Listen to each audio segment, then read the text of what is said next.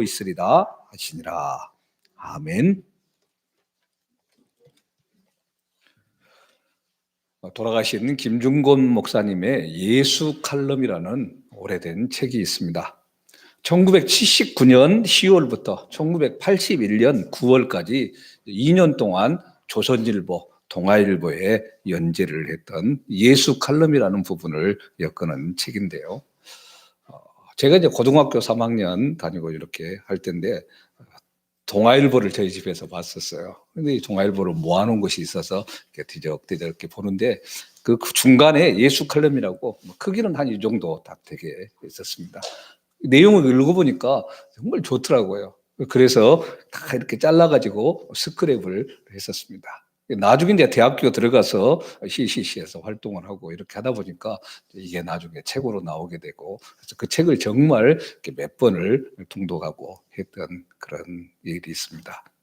여기에 보면 샬롬이라는 내용의 글이 실렸었는데요. 히브리어의 언어, 성경의 언어 가운데 독특한 언어가 있다. 샬롬이라는 인사말이다.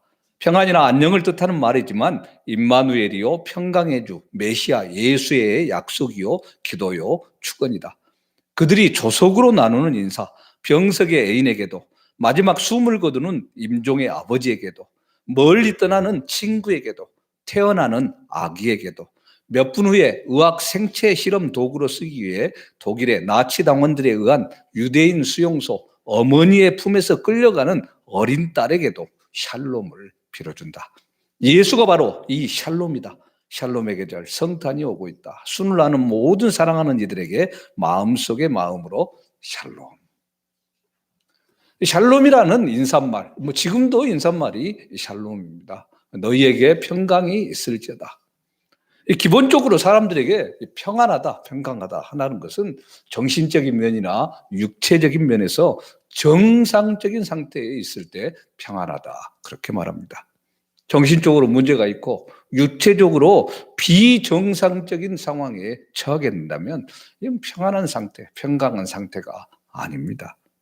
우리 가운데 집안의 문제로 인해서 큰 걱정거리가 있다든가, 아니면 본인이 몸을 다쳐서 제대로 움직이지 못한다든가, 가족 안에 중병에 걸린 분들이 있다든가 하면 평안하다 말하기가 힘들죠. 특별히 지난 주간에 제주 내 앞에서 당했던 기도도 했었지만 나오는 그런 부분들이 있었을 때 평안한 상태가 될 수 없습니다.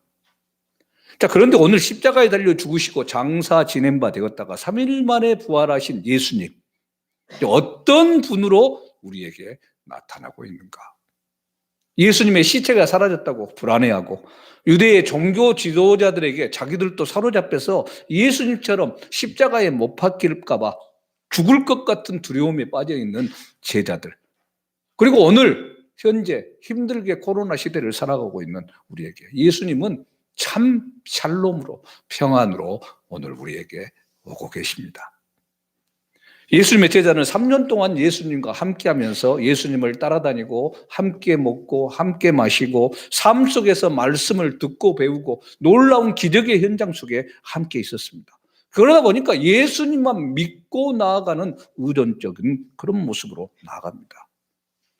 그만큼 예수님의 말씀과 능력이 이들에게 전체를 믿고 나아갈 수 있는 믿음으로 설 수 있기 때문이죠. 그리고 주님 또한 그렇게 철저하게 헌신된 믿음을 요구하셨었습니다. 이런 예수님이 제자들 입장에서는 정말 생각하지도 못하게, 예상치 못하게 갑자기 십자가에 매달려서 돌아가시게 되니까 평안할 수가 없었습니다. 최근에 박모 연예인이 스트레스 때문에 몸무게가 예전에 비해서 15kg이 빠졌다고 이야기를 하더라고요. 자기가 벌어들인 모든 수입을 형에게 다 맡기고 했는데 형이 형수 이름으로 조카 이름으로 다 빼돌려서 눈앞이 캄캄한 상황에서 몸과 마음이 평안을 유지하지 못하게 됐기 때문이죠. 이런 돈 문제, 재산의 문제만 가지고도 이렇게 평안하지 못한데 제자들 재산만 맡긴 게 아니었죠. 모든 것들을 다 뒤로 하고 자기의 전 생애를 예수님께 맡기며 나아갔습니다. 생명과 모든 것들, 미래의 계획까지도 다 주님께 맡기고 나갔는데 갑자기 십자가에 못 박혀 죽어버리니.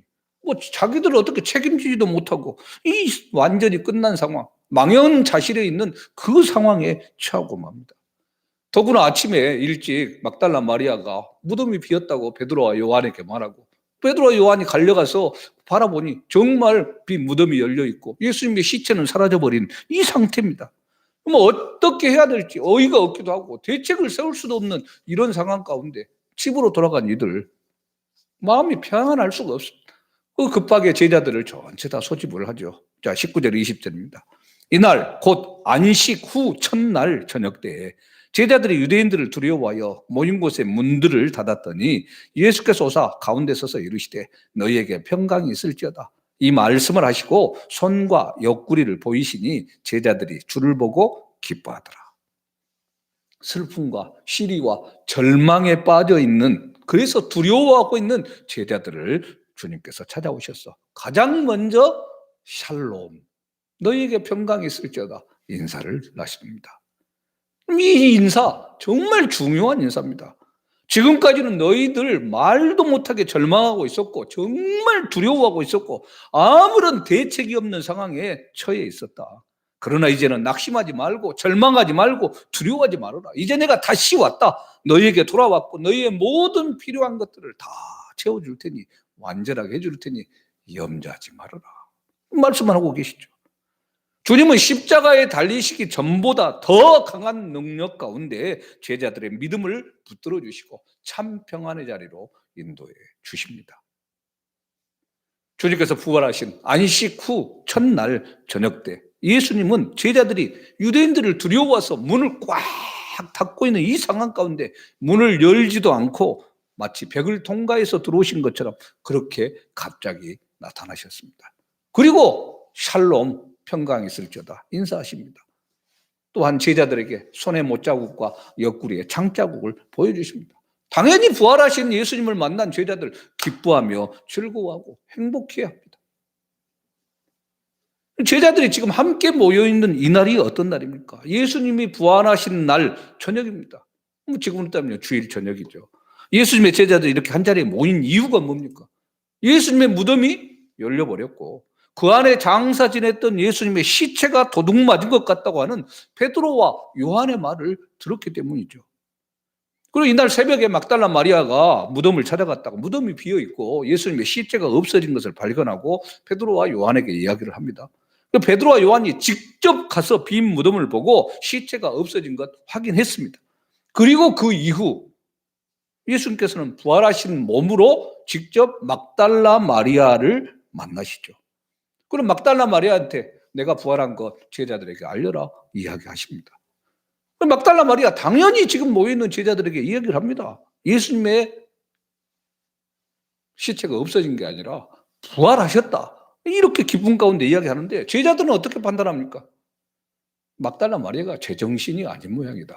그렇게 주님을 따르더니 주님이 돌아가시고 시체도 사라지니까 헛것을 보고 환영감을 보고 이렇게 얘기하는 것보다 지금 이런 정도로만 파악을 하고 있습니다. 아직까지도 제자들은 예수님이 부활한다는 것에 대해서 제대로 이해하지 못하고 있는 상황입니다. 그래서 아직도 유대인들을 무서워하고 두려워해서 밤에 모입니다. 그리고 모인 곳에 문도 꽁꽁 잠가놓고 있습니다. 그 향후 어떻게 해야 될 것인가 대책을 논의하기도 하고 좀 무엇을 어떻게 해야 될지 이야기하기 위한 모임이죠. 자, 이런 상황 우리가 쉽게 지금 연상이 되지 않습니까? 불안함과 두려움 가운데 떨고 있는 제자들이 모여듭니다. 문까지 다 잠궈놓고 근심과 염려 속에서 이 일의 상황이 어떻게 돌아가고 있을지 혼란스럽기만 한 지금 그 상황입니다.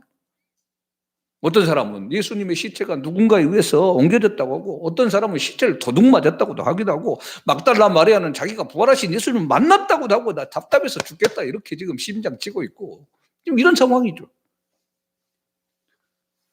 이 상황 가운데서 좀 생각해 보세요. 분명히 죽어서 무덤 속에 장사 지냈는데 갑자기 그것도 문도 다 잠가져 있는데 예수님이 짠 등장을 해요.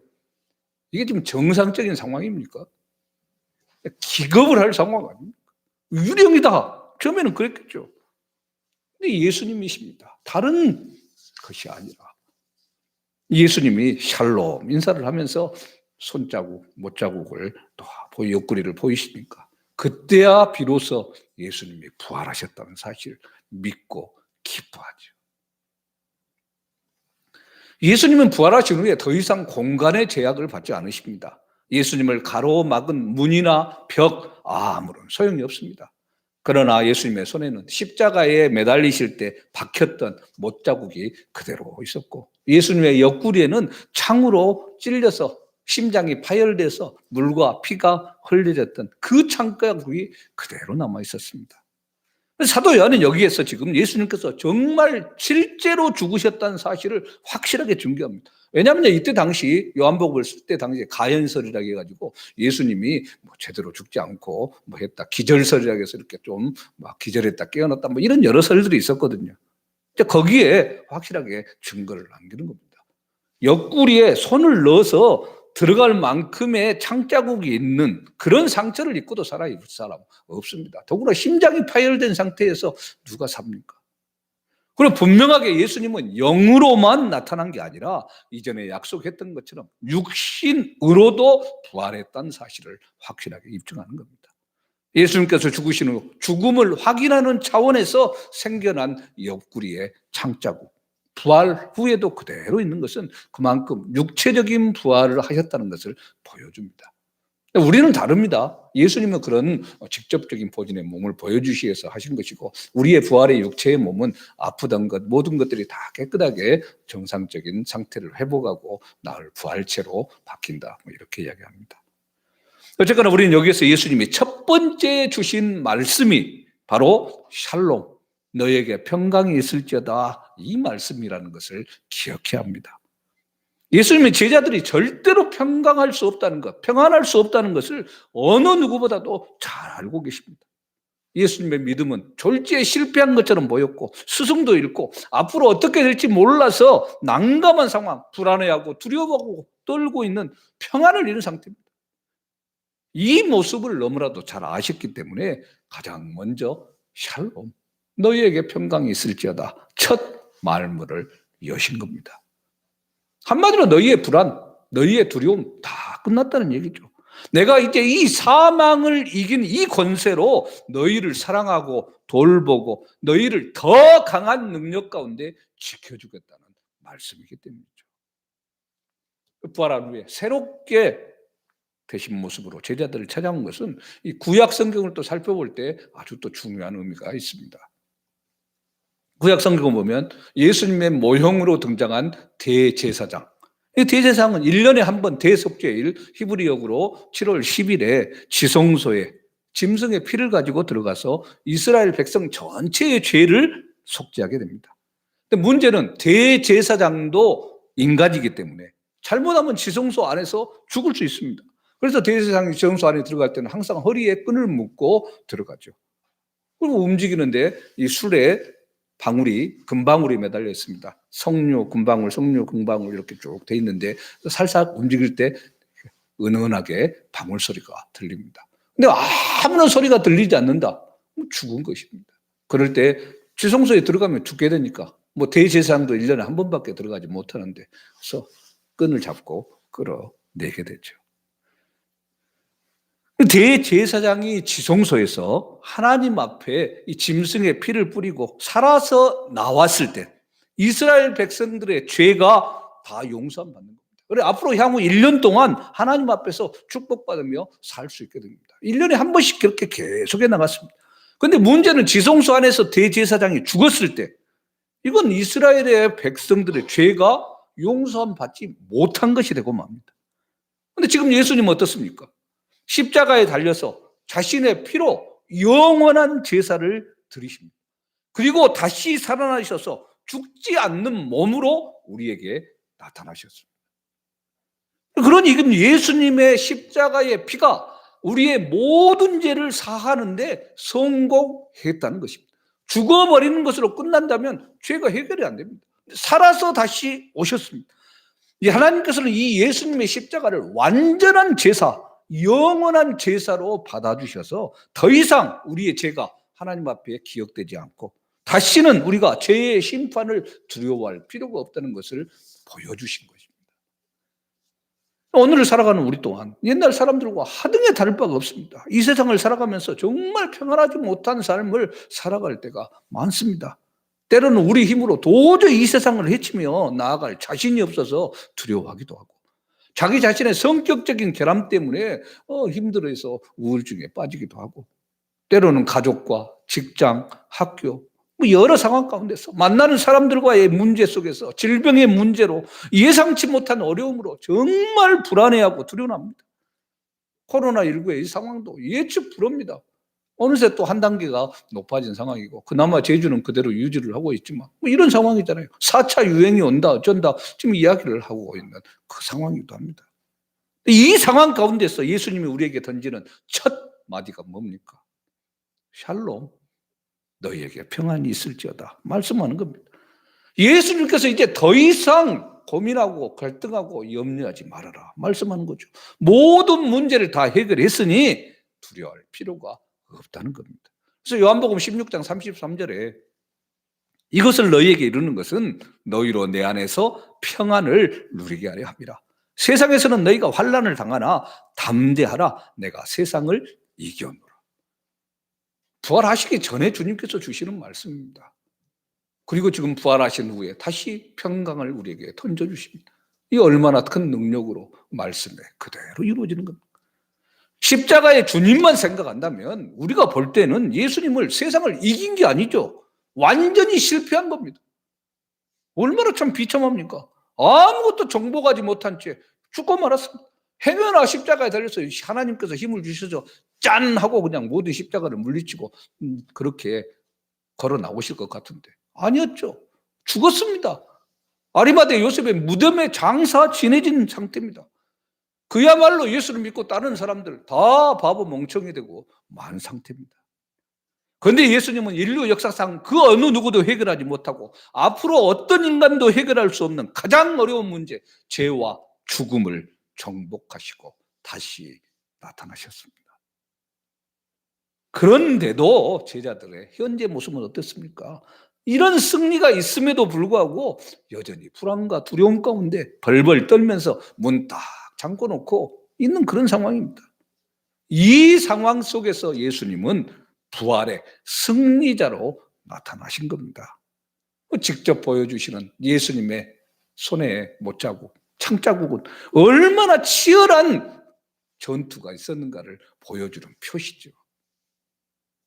이제 예수님 부활하셨고 더 이상 세상에 어떤 것도 예수님을 막거나 이길 수 없습니다. 그러므로 인해 예수님은 우리 인생의 모든 문제를 해결하는 승리자로 이제 서게 됩니다. 이 주님, 지금도 살아계셔서 함께하는 이 주님을 믿고 나아가는 게 바로 우리죠. 이 예수님이 오늘 제자들에게 주셨던 그 평안을 우리에게도 주시는 겁니다. 자, 그리고 또 21절입니다. 예수께서 또 이르시되 너희에게 평강이 있을지어다. 아버지께서 나를 보내신 것 같이 나도 너희를 보내노라. 제자들은 드디어 부활하신 주님을 만났습니다. 정말 기뻐합니다. 그들에게 다시 두 번째 주님이 말씀합니다. 무엇을 말씀합니까? 샬롬, 너희에게 평강이 있을지어다. 다시 두 번째 샬롬을 말씀합니다. 첫 번째 평강이 있을지어다 하신 것은 제자들이 지금 당장 겪고 있는 불안, 두려움, 이것을 해결해 주는 말씀이셨습니다. 제자들이 지금 당장 두려움에 떨고 있었던 것, 생각하지도 못하게 예수님이 십자가에 달려 돌아가셨기 때문이죠. 제자들이 그렇게 예수님을 믿고 따랐는데 아무런 대책 없이 예수님이 죽어버리니까 거기에서 오는 충격, 두려움, 물론 예수님이 그 전에 다 말씀하셨죠. 근데 이것을 제대로 알지 못하고 받아들이지 못한 제자들의 문제기는 한데요. 어쨌거나 부활하신 예수님의 손에 못자국, 옆구리에 창자국까지 다 보고 그들은 주님을 받아들였죠. 자, 그러면서도 한편으로는 또 궁금하고 염려가 된 거예요. 앞으로 자기들은 어떻게 될 것인가? 이거죠. 현재는 당장 주님께서 부활하셨지만, 감격스럽지만, 앞으로 어떻게 되느냐? 예전처럼 예수님이 우리를 이끌고 돌아다니면서 그렇게 하실지, 아니면 또 이렇게 뿅 사라져 버리실지, 어떻게 해야 되나? 생각해보면 예수님이 십자가에 달려 돌아가시는 이 상황 가운데서 제자들은 어느 한 명도 정말 믿음 가운데 온전하게 서지 못했습니다. 실패한 모습들이었죠. 단 한 명도 예수님이 돌아가셨다가 살아날 것이라는 이 말씀을 믿지 않았고, 여러 번 얘기했는데도 기억조차 못했죠. 예수님이 십자가에 달릴 때 또 어떻겠습니까? 도망치기에 급급했습니다. 심지어는 예수님이 부활하셨다고 해도 그것도 믿지도 않는 그런 상태입니다. 그러니 지금 주님께서 부활하신 이 상황 속에서 제자들 다시 또 집으로 돌아가서 물고기나 잡고 살아야 되는지, 아니면 예전처럼 예수님을 따라갈 건지, 어떻게 해야 될 건지 또 한편으로는 염려가 되죠. 이런 제자들에게 예수님이 다시 한번 말씀하는 겁니다. 샬롬, 너희에게 평안이 있을지어다. 현재도 앞으로 미래도 불안하거나 염려하거나 근심하거나 걱정하거나 두려워하지 말아라, 이겁니다. 왜냐? 하나님께서 예수님을 이 땅에 보내는 것처럼, 하나님께서 예수님을 이 땅에서 부활하게 하신 것처럼 예수님도 우리를 보내시기 때문에. 이 오늘 말씀, 이 보낸다라는 말에서 보냄받은 자라는 말의 뜻, 사도, 즉 헬라어로 아포스톨로스라는 말이 여기에서 나오게 돼요. 보냄받은 자입니다. 우리는 보냄받은 자들이에요.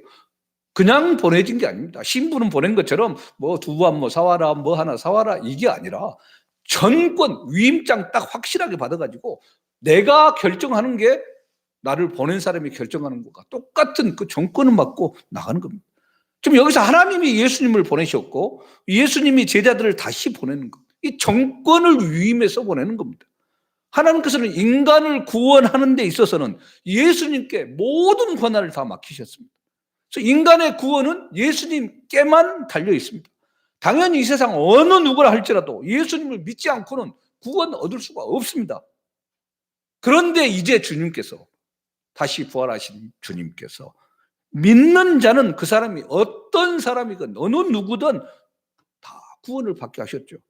그리고 더해서 이렇게 구원받은 사람들이 다시 예수님의 말씀의 권한을 가지고 위임장을 받아서 다른 사람에게 복음을 증거했을 때 그 복음을 믿고 받아들이면 그 사람도 구원을 받게 만들어 주시는 겁니다.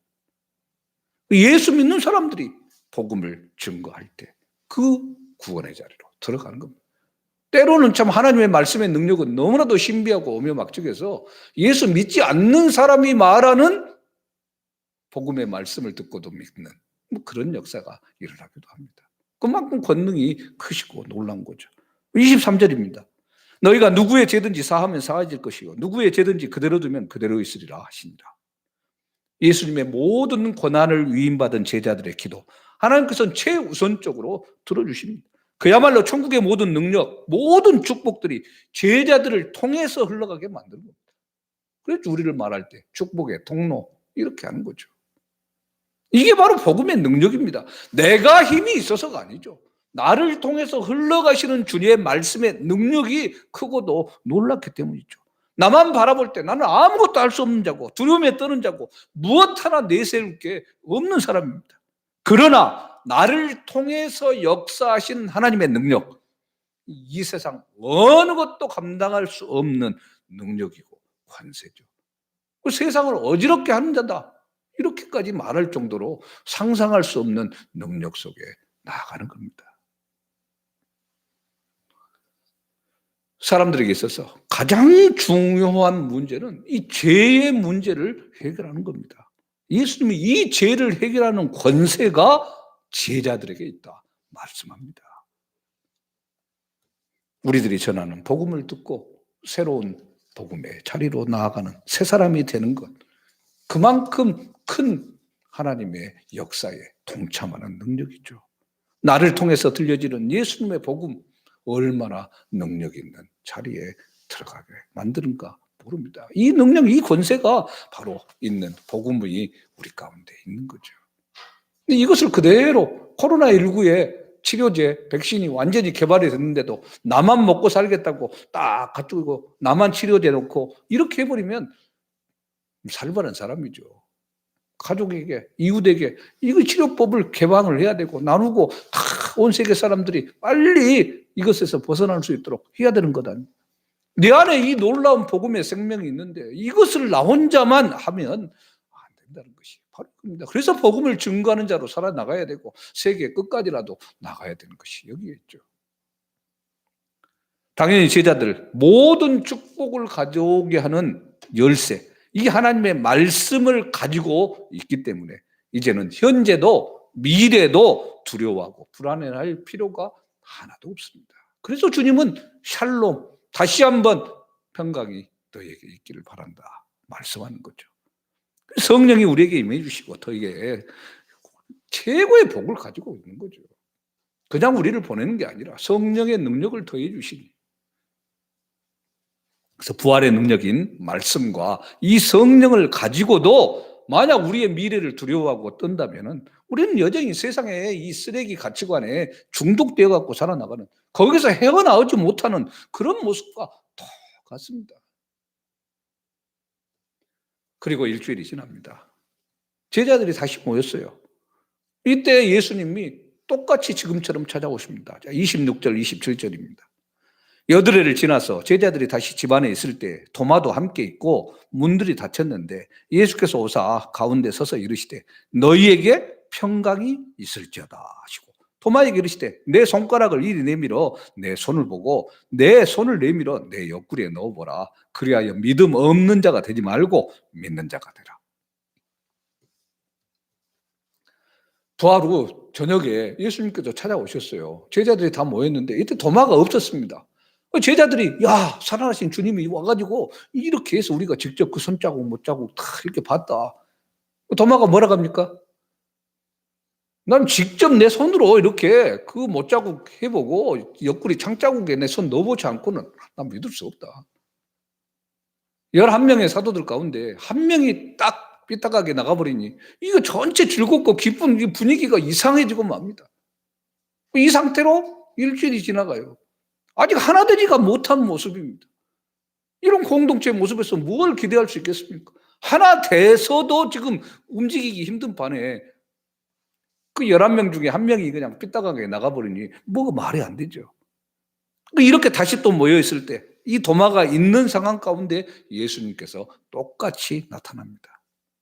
그리고 뭐라고 말씀합니까? 샬롬, 너에게 평강이 있을지어다 인사하죠. 예수님의 이 세 번째 평강은 일주일 전 예수님이 오셨을 때 그 자리에 없어가지고 손에 못자국, 창자국을 넣어보지 않겠다고 말한 이 도마의 불신앙 때문에 깨어진 평강을 회복시켜주는 평강입니다. 제자들 중에 단 한 명이라도 믿음이 침체된다고 한다면 모두의 마음이 평안하지 못합니다. 그래서 예수님은 다시 도마가 있을 때 오셔서 샬롬 전해주십니다. 이 믿음의 공동체 안에 침체된 형제를 위로해주고 붙들어주고 세워줘서 하나가 되게 만드는 것. 이게 우리 그리스도인 공동체가 해야 될 일이죠. 우리 교회 안에 어떤 사람은 행복해하고 즐겁게 하고 있는데 어떤 사람은 슬퍼하고 힘들고 하고 있다면 그 슬퍼하고 힘들된 그 사람을 위로하고 세워서 같이 평강을 누릴 수 있도록 만들어줘야 되는 거죠. 이게 우리가 할 일입니다. 주님은 이 모습으로 우리가 나아가도록 만들어주기 위해서 단 한 명, 도마를 향한 뜨거운 사랑, 그리고 도마를 통해서 믿음의 공동체가 온전히 세워지도록 샬롬을 전해주시는 겁니다. 따라서 해봅시다. 샬롬.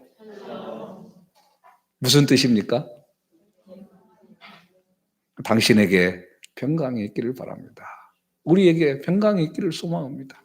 먼 길을 떠날 때 샬롬, 주님의 평강이 함께하기를 바랍니다. 새로운 사업을 시작할 때 샬롬, 이 사업을 통해서 하나님의 평강이 함께하기를 바랍니다. 수술하러 들어갈 때 샬롬, 이 수술 가운데 정말 평안한 마음을 주시기를 바랍니다. 제일 그 예수 칼럼을 통해서 이렇게 던져졌던 말이 그 나치 수용소에서 가스실로 실려갈 때 그 딸을 보내면서 샬롬을 외쳐준다는 그것이 가슴에 다가왔어요. 실질적으로 가스실이라든가 여러 상황들을 제가 가서 이렇게 보고 하니까 좀 얼마나 험악한 상황일지 짐작이 되잖아요. 그 속에서도 샬롬을 빌어줍니다. 샬롬, 진정한 예수님의 평강이 지금까지 두려워 떨고 있던 우리에게 평강으로 찾아와서 함께 해주십니다. 샬롬. 앞으로 어떻게 전개될지 모르는 이 시대 상황 가운데서 주님은 우리에게 참된 평안을 주시고 주님의 정권을 위임받은 자로 나아가라. 두려워하고 떨지 말고 나아가라 말씀합니다. 샬롬. 주님은 우리의 믿음의 공동체 안에서 하나 되지 못한 이들을 찾아오셔서 참된 평강을 허락해 주시고 다시 새롭게 일어나서 주의 증인된 삶을 살아가라 말씀합니다. 아무쪼록 나북교회 공동체라는 이 공동체 안에서 진정한 샬롬을 누리고 우리 또한 다른 모든 이들에게 먼저는 내 가족 안에서 그리고 내가 만나는 직장과 사업장 모든 사람들에게 정말 참된 주님의 샬롬을 증거하는 자로 살아가는 우리의 삶이 되어야 할 것입니다. 평생의 삶 동안 이렇게 우리의 생각을 뛰어넘는 어제나 오늘이나 영원토록 동일하신 그 예수님의 샬롬이 우리 가운데 함께하기를 주님의 이름으로 축원합니다. 아멘. 변함없는 은혜와 사랑으로 우리를 붙드시고 인도하시는 능력의 하나님 아버지, 참된 샬롬으로 참된 평안을 우리에게 허락해 주신 주님의 은혜를 감사합니다. 우리 또한 살아가는 삶의 현장에서 힘들고 어렵고 지쳐있고 낭망하고 절망하고 쓰러지는 모든 이들에게 주의 이 샬롬을 전할 수 있도록 주여 함께하여 주시옵소서. 성령의 크신 권능의 역사가 날마다 우리와 함께 하실 것을 믿고 감사드리며 살아계신 예수 그리스도의 이름으로 기도합니다. 아멘. 다 같이 나서 찬송 369장